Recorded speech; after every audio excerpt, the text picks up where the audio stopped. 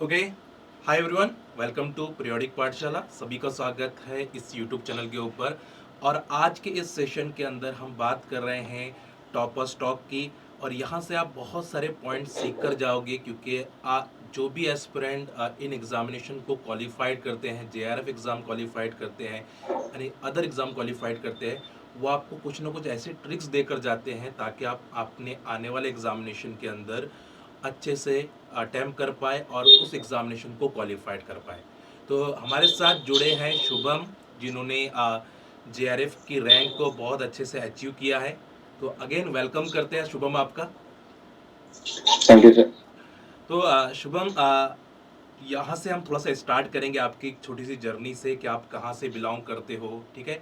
आपने अपनी प्रिपरेशन को कैसे स्टार्ट किया था और कब आपने नेट करने का सोचा, नेट और जेआरएफ जी एग्जामिनेशन सर। करने का आपने सोचा। जी सर, पहले तो 12th स्टैंडर्ड वगैरह में इतना हमें आईआईटी वगैरह कुछ हमारे यहाँ पे इतना ये क्रेज नहीं था। हम्म, लेकिन जब थर्ड ईयर में गया तब मुझे आईआईटी जैम के बारे में पता चला कि आईआईटीज में अगर एडमिशन चाहिए होगा तो जैम करके मास्टर्स के लिए जैम करके एग्जाम होता है। तो मैंने ऐसे ही फॉर्म भर के रखा था एंड ऐसे हो गया कि मैं थर्ड ईयर के लिए पढ़ाई कर रहा था और सीधा जैम का एग्जाम आ गया था, ऐसे ही हो गया था। तो मैं एग्जाम को आ गया था, बस यही मुंबई में ही था, आईआईटी बॉम्बे में।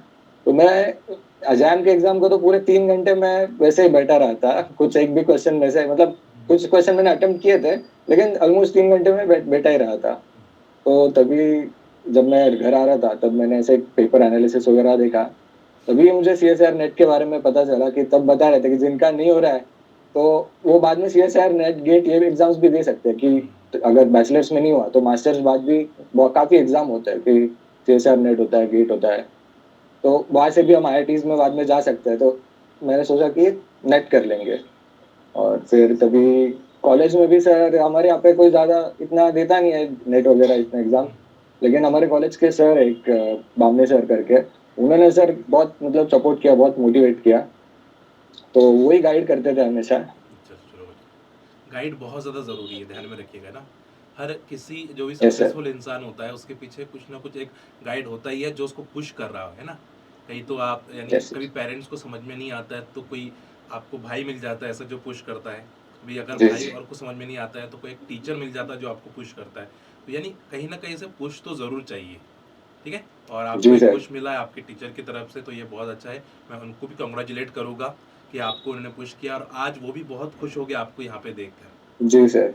तो शुभम, सबसे पहले तो मैं और मेरी पूरी टीम आपको कंग्रेचुलेट करेंगी। और मैं उम्मीद करता थैंक्स। हूँ कि आप अभी आईआईटी बॉम्बे के अंदर आप इंटरव्यू के लिए गए हो, तो वहाँ पे आपका सिलेक्शन हो जाए, ठीक है, आपका इंटरव्यू बहुत अच्छे से जाए, ठीक है।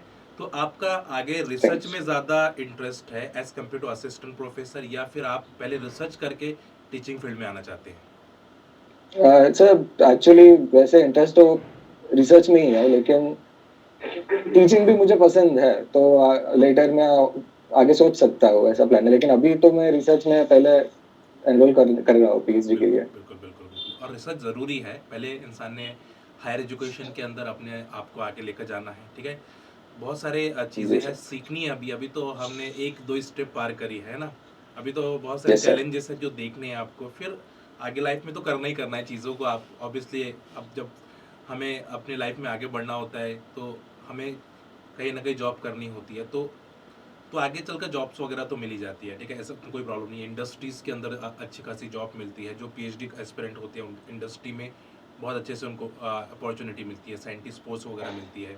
साथ साथ में फिर जी असिस्टेंट सर। प्रोफेसर, अगर आप अच्छे अच्छे इंस्टीट्यूट से हो, आईआईटी से हो, आईसर एनसीएल से हो, तो आपको प्रायोरिटीज़ में रखा जाता है कोई भी कॉलेज के अंदर कि भाई नहीं, ये बंदा आईआईटी से है, इनको प्रायोरिटीज़ में रखो, आईसर में है प्रायोरिटीज़ में रखो, ताकि क्योंकि उनका कॉलेज का नाम भी बनता है, क्योंकि आप अगर अच्छा बंदा जी। आपको रिक्रूट करते हैं। तो चलिए, बहुत अच्छी बात है।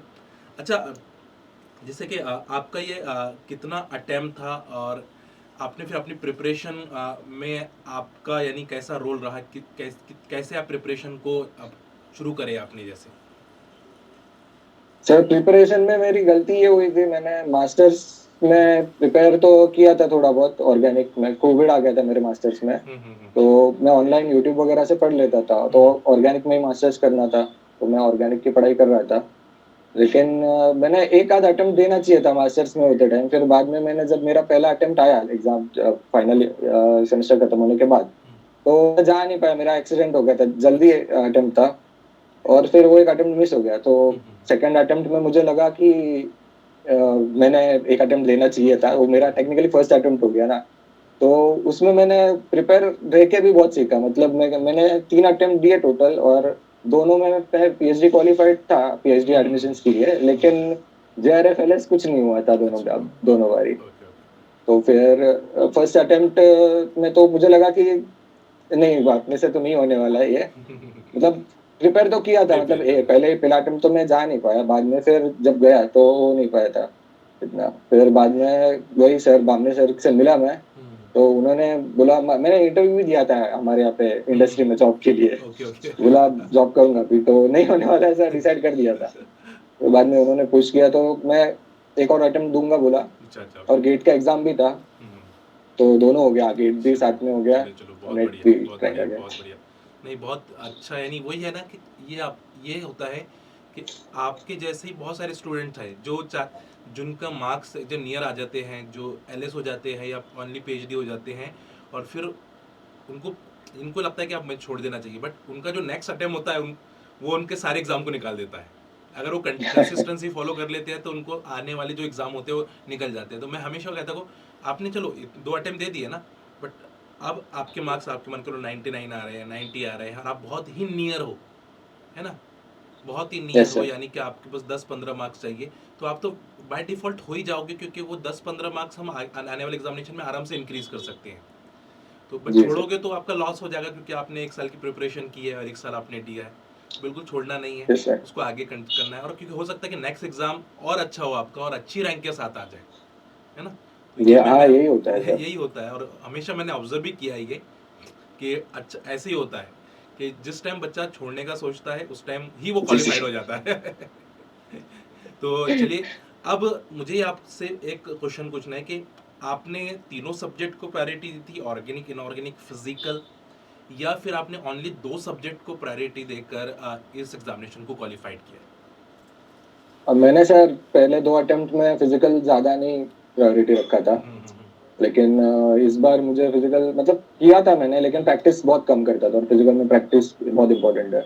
तो इस बार मैंने प्रैक्टिस पूरी फिजिकल की थी। मैंने ऑर्गेनिक से ऑर्गेनिक क्लास 2 अटेम्प्ट में ऑर्गेनिक में बहुत टफ क्वेश्चन आए थे, और गलतियां भी हुई थी मेरे से बहुत। तो मैंने इस बार फिजिकल पे ज्यादा फोकस किया। मतलब मेरे को पहले से फिजिकल बिल्कुल पसंद नहीं था, लेकिन इस बार मेरे को एंड में फिजिकल ज्यादा पसंद आने लग गया था। जब अच्छा, एग्जाम नजदीक आ गई थी, मैं फिजिकल ही करते क्वेश्चन बैठता था, ज़्यादा फिजिकल केमिस्ट्री। सॉल्व होते हैं इसलिए। क्योंकि फार्मूला बेस होते हैं, और बच्चे डरते इसलिए है कि कैलकुलेशन पार्ट है, गलती हो जाएगी, बट जी मैं भी उनको सजेस्ट करता हूँ कि आप तीनों सब्जेक्ट करो। और फिजिकल तो आपको क्या होगा कि बोनस मार्क देके जाएगा, क्योंकि एज इट इज़ क्वेश्चन भी आ जाते हैं कभी कभी, वैल्यू चेंज करके एज इट इज़ क्वेश्चन पूछ ले जाते हैं। बहुत सारी चीज़ों में तो कभी कभी सेम सेम क्वेश्चन भी आ जाते हैं। तो मैं भी उनको ये सजेस्ट करता था कि भाई चलो, आप फिजिक्स को 40% तो करके चले जाओ। अगर आप ऑर्गेनिक केमिस्ट्री वाले हो जी जी तो सर। आप ऑर्गेनिक इनऑर्गेनिक करो, और 40% आप फिजिकल करके जाओ। और अगर फिजिकल और इनऑर्गेनिक वाले हो तो 40% ऑर्गेनिक करके चले जाओ। हो सकता है कि ऑर्गेनिक के कुछ ईजी क्वेश्चन आपको मिल जाए, आपको जी पूरा सर, छोड़ने से और आप। ऐसा भी हाँ। सर होता है जी। कि हर ऑर्गेनिक इनऑर्गेनिक फिजिकल तीनों में कुछ चैप्टर किसी को समझ में नहीं आते, वो दूसरे को आते हैं, लेकिन एक को नहीं आते, कुछ किसी का कुछ चैप्टर रहते हैं, तो हम 70% भी कर सकते हैं। तो राइट। मैंने भी 80% पूरा सिलेबस, मैंने दो दो चैप्टर तो स्किप कर दिए थे, फिर भी इजीली अटेम्प्ट हो गया था, ऐसा कुछ हाँ, टेंशन नहीं। क्योंकि लेकिन उतना जब परसेंट 3 सब्जेक्ट होते हैं। उतना परसेंट हमें चाहिए, जी हंड्रेड सर। परसेंट 100% हमें चाहिए भी नहीं। क्योंकि हाँ टू यस हंड्रेड सर, में से टू एग्जैक्टली। हंड्रेड मार्क्स लो लेना बोले तो थोड़ा डिफिकल्ट हो जाएगा, और हम अगर हमारी प्रिपरेशन अच्छी नहीं हुई तो हम प्रॉब्लम में आ जाते हैं ना। इसलिए अगर जी 70-80% में अच्छा, आप अच्छी टॉप रैंक के अंदर आ सकते हैं, 70-80% के अंदर अच्छे से प्रिपरेशन, बट इतना है कि सारे टॉपिक्स को अच्छे से करना चाहिए। जी जी जी सर। अच्छा, आपके घर में कौन कौन है, आपके पेरेंट्स क्या करते हैं? जी, पापा अभी केमिकल फैक्ट्री में ही है, हिंदुस्तान यूनिलीवर में है वो। अच्छा, ओके और ओके। मम्मी हाउस वाइफ है, और ओके। एक छोटा भाई है, वो बैंक में है, वो मैनेजर है, असिस्टेंट मैनेजर। अच्छा अच्छा, और आपका रहना कहाँ बताया था आपने मुझे? मेरा मैं चिपलून रत्नागिरी से हूँ, हाँ हाँ, रत्नागिरी, राजू भाई रत्नागिरी कोकण रत्नागिरी। रीजन में। हाँ। जी सर, एक्चुअली बहुत ब्यूटीफुल रत्नागिरी वो जगह है। साइड में मैं आया भी था, अपने सातारा आया था मैं, सातारा में हाँ, सेमिनार थे मेरे, तो वाईसी कॉलेज के अंदर मैं वहाँ पे आया था, और काफ़ी अच्छा राइट। कॉलेज है वो भी। हाँ, और वहाँ से बहुत सारे स्टूडेंट्स हैं जो क्वालिफाइड होकर आईसी बेंगलोर के अंदर भी है, वो कुछ बच्चे आईसर पुणे के अंदर लगे हैं, आपके जैसे ही हार्ड वर्किंग बच्चे थे। तो ऐसे ही बढ़ती रहती है लाइफ, आगे चलती रहती है, और ऐसे स्टूडेंट्स मिलते रहते हैं अच्छे खासे, और पुरानी मेमोरीज वापस आ जाती है फिर एकदम से, अरे ये स्टूडेंट ने मेहनत किया था, आपको देखकर मुझे उसकी याद आ गई है ना, कल्पेश की, कि उसने भी बहुत मेहनत की थी, और आज आईसी बेंगलोर के अंदर आज उसका शायद सबमिशन होगा, इस साल उसका सबमिशन रहेगा पीएचडी का। तो चलिए बहुत अच्छा अरे है। वाह! हाँ, चलिए अभी अभी आपकी प्रिपरेशन में पीवाईक्यूज का क्या रोल रहा और मॉक टेस्ट का क्या रोल रहा? सर दोनों सर, पीवाईक्यूज तो सर आप मतलब अगर इनऑर्गेनिक केमिस्ट्री आपसे सीख रहे हैं तो पीवाईक्यूज अलग से करने नहीं पड़ते हैं। तो पीवाईक्यूज मैंने अलग से वैसे ज्यादा नहीं किए थे। आप जो एग्जांपल्स देते थे, आप ग्रुप में भी एग्जांपल्स हाँ, देते थे, वही सॉल्व करके पीवाईक्यूज मुझे अलग मतलब कोई अलग पीवाईक्यू मिला ही नहीं था, वही उसमें से ही सब हो जाता हाँ, था। हाँ, हाँ, और हर लेक्चर बाद पीवाईक्यू आप लेते थे। तो और ऑर्गेनिक का मैं प्रैक्टिस करता था, मास्टर्स से मैं अच्छे से ऑर्गेनिक प्रैक्टिस करता था, लेकिन ऑर्गेनिक पेपर में साथ देगा या नहीं ये कह नहीं सकते। तो ऑर्गेनिक में इसलिए ऑर्गेनिक के बेसिस पे एग्जाम के लिए इस बार बिल्कुल नहीं गया था बस, लेकिन ऑर्गेनिक का प्रैक्टिस में हमेशा पूरा तीनों अटेम्प्ट मैंने ऑर्गेनिक पूरा प्रैक्टिस किया। और फिजिकल केमिस्ट्री बस यही अटेम्प्ट में किया था, अच्छा, लेकिन आप किया था जो पूरे 6 महीने ऑर्गेनिक मैंने जो फिजिकल किया ऑर्गेनिक था। वाले एस्पिरेंट है अभी, है ना, जो ऑर्गेनिक वाले एस्पिरेंट है, तो आपने फिजिकल बोला कि आपको फिजिकल अच्छा लगने लग शुरू हो गई हुई थी धीरे धीरे आप जब आगे बढ़ रहे थे, जी तो सर। ऑर्गेनिक वालों के लिए आप क्या बताओगे कि फिजिकल को कैसे पढ़े, जैसे क्योंकि आपने उसको समझा है, क्योंकि आप ऑर्गेनिक बैकग्राउंड जी से हो, सर। आपने ऑर्गेनिक इनऑर्गेनिक किया है, और आपने फिजिकल करके भी गए थे, तो आप उनको क्या बताओगे कि आप उन्होंने फिजिकल कैसे स्टार्ट करना चाहिए और कौन से चैप्टर को प्रायोरिटीज देनी चाहिए? जी सर, तो फिजिकल में है ना, सबसे डेंजरस होता है वो यूनिट कन्वर्जन ही होता है। सबसे डेंजरस वही है, मतलब पूरा चैप्टर आ गया, पूरा कंसेप्ट आ गया, अगर यूनिट में गलती हो गई तो, और उससे कॉन्फिडेंस भी लूज होता है, क्योंकि यूनिट से गलती कर देते हैं हम टेस्ट में वगैरह, और कॉन्फिडेंस लूज हो जाता है। बिल्कुल। पेपर में तो और प्रेशर रहता है, उसमें तो ये गलतियां जिसको आता है उससे भी हो जाती है, तो यूनिट कन्वर्जन पे हमेशा प्रायोरिटी देना चाहिए। अगर कोई शुरू कर रहा है तो मेरे को तो यूनिट कन्वर्जन पे बहुत फोकस करना पड़ रहा था। मैंने यूनिट कन्वर्जन बहुत अच्छे से किया था। और चैप्टर फिजिकल के देखने गए तो काफी इंडिपेंडेंट है, बस स्टार्टिंग में मूल कंसेप्ट वगैरह ये सब चीजें सीखनी पड़ती है, गैसियस स्टेट सीखना पड़ता है। अगर काइनेटिक्स और थर्मोडायनामिक्स स्टैटिस्टिक्स थोड़ा भी पढ़ना है, पूरा नहीं थोड़ा सा पढ़ना है, तो भी ये बेसिक चैप्टर्स की है ना, तो इजी लगने लग जाता है। राइट। अगर डायरेक्टली काइनेटिक्स लिए तो फिर बहुत दिक्कत आ जाती है। तो बेसिक मूल कंसेप्ट वगैरह चीजें करनी चाहिए। बेसिक अगर और पहले स्ट्रांग फॉर बनाना ज़रूरी है, जी जी सर। बेसिक मैथमेटिक्स हमें मिनिमम सीखना ज़रूरी है, और उसके बाद आप थोड़ा आगे बढ़ सकते हो, यानी सॉलिड में जा सकते हो, काइनेटिक्स में जा सकते हो, है ना। नहीं तो अगर डायरेक्ट सॉलिड जी सर। काइनेटिक्स में है तो यूनिट कन्वर्जन में फिर फंस जाता है वहाँ पे जाकर ही। हाँ सर। तो यानी बेसिक मैथमेटिक्स अभी का भी एक चैप्टर भी होता है एक्चुअली, है ना, हम लोग भी करवाते हैं कि बेसिक, सबसे पहले आप बेसिक मैथमेटिक्स सीखो, यानी यूनिट कन्वर्जन करो, यस यस यस, सारी चीज़ें बेसिक सीखो, तो उसके मैथमेटिक्स। बाद ही आप ये चैप्टर को हाथ लगाओ, क्योंकि अगर आप ऑर्गेनिक बैकग्राउंड से हो, और फिजिकल बैकग्राउंड से जो आता है तो उसको पता होता है इतना तो जी बट जो सर। इन ऑर्गेनिक बैकग्राउंड से आ रहा है, इनऑर्गेनिक बैकग्राउंड से आ रहा है, या एनालिटिकल केमिस्ट्री से अगर आता है, इंडस्ट्रियल केमिस्ट्री जी से सर। आता है, तो ये इसको थोड़ा सा डिफिकल्ट हो जाता है ये कन्वर्जन करना।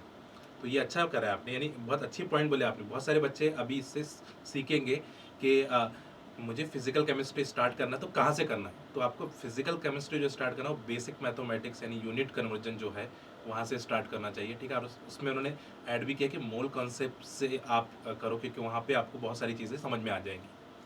चलिए शुभम, जी बहुत सर। बढ़िया। और जब एक अच्छा क्वेश्चन एकदम से याद आया मुझे, आपने अपने मार्क्स देखे थे, है ना, जैसे कि आपने मुझे मुझे अपने मार्क्स भी भेजे थे कि सर मुझे इतने मार्क्स आ रहे हैं, क्या मेरा क्वालिफाइड हो सकता है या रह, तो है ना। तो जब आपके मार्क्स आए, ठीक है, तो जब आप सबसे पहले आपकी क्या फीलिंग थी? सर मार्क्स आए तब मतलब आंसर की मैंने मैच कर रखी थी, हम्म, तो तब मार्क्स का आइडिया आ चुका था। एक क्वेश्चन गलत हो गया फाइनल आंसर की में, तो तभी मार्क्स का आइडिया आ चुका था कि लेकिन पेपर भी ऐसा लग रहा था कि लोगों को इजी गया है, तो शायद कट ऑफ हाई जाएगा। लेकिन हाईएस्ट कट ऑफ जितना था उतना ही कट ऑफ गया और हो गया इस बार क्वालिफाई। तो हम्म। ऐसा पता था कि क्वालिफाई तो शायद हो हो जाएगा, जाएंगे। लेकिन जब पहली बार आंसर की जब मैं ये कर रहा था तब फाइनल में एक एक मार्क गिनने तक मुझे डर लग रहा था, क्योंकि 2 बार मैंने आंसर की जब चेक करी थी पिछले अटेम्प्ट्स में, तब मैं 80 90 यहाँ तक जाके रुक जाता था। तो धड़कनें इस तेज हो बार जाती है जब मैं, उसमें। हाँ, मैंने करेक्ट करेक्ट जो मार्क किया, फिर बाद में जब मैं काउंट करने लगा तो 100 हो गया, तो थोड़ा अच्छा लगा। फिर 120 पे अच्छा लगा, 120 पे बहुत अच्छा लगा, बोला अभी तो अब जेआरएफ तो हो सेफ जोन जाएगा। में हो जाएंगे। फिर ये रिजल्ट आपके के दिन रैंक देखी। 126 मार्क्स आए थे, है ना? हाँ, 126 मार्क्स आए थे, है ना? ये 126.5 मार्क्स है। 6.5, फिर यानी आप एकदम सेफ जोन में थे, यानी 120 के जी जी। अबाव वाले 60% अबाव जो होता है ना, वो बहुत सेफ जोन में होता है, ठीक है। और जी फिर सर। उन्हें सोचने की जरूरत नहीं पड़ेगी, इसलिए मैंने जैसे आपने मुझे मार्क्स भेजे थे तो मैंने जेआरएफ लिख के भेज दिया था, आप जेआरएफ तो यस हो गया है। आप सर। आगे की प्रिपरेशन करो, इंटरव्यू की प्रिपरेशन करो, या फिर अपने अदर एग्जामिनेशन की प्रिपरेशन करो। तो ये बहुत मुझे जी सर। खुशी हुई थी जब आपने भेजा था। और जितने भी स्टूडेंट ने भेजा है ना, तो यानी एक खुशी होती है टीचर को भी, कर यार नहीं, ये बच्चा बहुत हार्ड वर्किंग था, इन्हें आपने छोड़ा नहीं, कंसिस्टेंसी को नहीं छोड़ा है और अपना रिजल्ट निकाल कर आया। तो और ये एक एक्चुअली सक्सेसफुल पर्सन की निशानी भी है कि जो कभी भी जिस चीज़ को टारगेट करते हैं ना, उसको अचीव करने की करे बिना नहीं छोड़ते हैं, ठीक है। जो भी आप बड़े बड़े जी सर, थैंक चीज यू। बड़े बड़े बिजनेसमैन देखोगे, अगर उन्होंने चीज़ों को स्टार्ट किया है तो उसको एंड तक लेकर जाते हैं, ठीक है। और जी एंड सर। तक ही लेके जाते हैं, बीच में नहीं छोड़ते हैं, ठीक है। क्योंकि उनमें रहता है कि नहीं, मुझे करना है तो करना है, चाहे कुछ भी हो जाए मुझे करना है। और स्टूडेंट्स भी, अगर आप जब भी कोई एग्जाम के लिए प्रिपेयर कर रहे हो, तो मैं हमेशा कहूँगा कि उसको एनालिसिस करो, एनालाइज करो, ठीक है, क्या क्या चीज़ें आपको रिक्वायर्ड है उसके अंदर, फिर उसके लिए प्रिपरेशन करना स्टार्ट करो, ठीक है। और इतना डेडिकेटली प्रिपरेशन करो कि उसको निकाल कर ही दम लेना है, ठीक है। जी सर। चलिए, तो अभी हमारे पास बहुत सारे एस्पिरेंट है, ऐसे कुछ बिगिनर्स है और कुछ रिपीटर्स भी है। मैं हर एस्पिरेंट से, जो भी जेआरएफ हुए हैं, उनसे ये क्वेश्चन ज़रूर पूछ रहा हूँ, क्योंकि हर हर एस्पिरेंट की एक राय, अलग से राय होती है ना, जेआरएफ एस्पिरेंट की। तो बिगिनर्स जो है, उन्होंने अपनी प्रिपरेशन को कैसे स्टार्ट करना है, और एक जो रिपीटर्स अभी बाकी है, जिनके बाउंड्री पर मार्क्स आ गए हैं, उन्होंने अभी क्या करना चाहिए। दो क्वेश्चंस मैं इसलिए पूछ रहा हूँ क्योंकि हमारे साथ अभी दोनों स्टूडेंट जुड़े हुए हैं और वो हमें देख रहे हैं, ठीक है, ताकि उनको इस इंटरव्यू से, इस टॉपर स्टॉक से बेनिफिट मिल पाए। सर बिगिनर्स तो अगर फर्स्ट टाइम में क्वालिफाई कर रहे हैं तो वो सही में उनका प्रिपरेशन और उनका अच्छा खासा बैकग्राउंड रहेगा केमिस्ट्री का, तो वो तो करेंगे, आराम से करेंगे।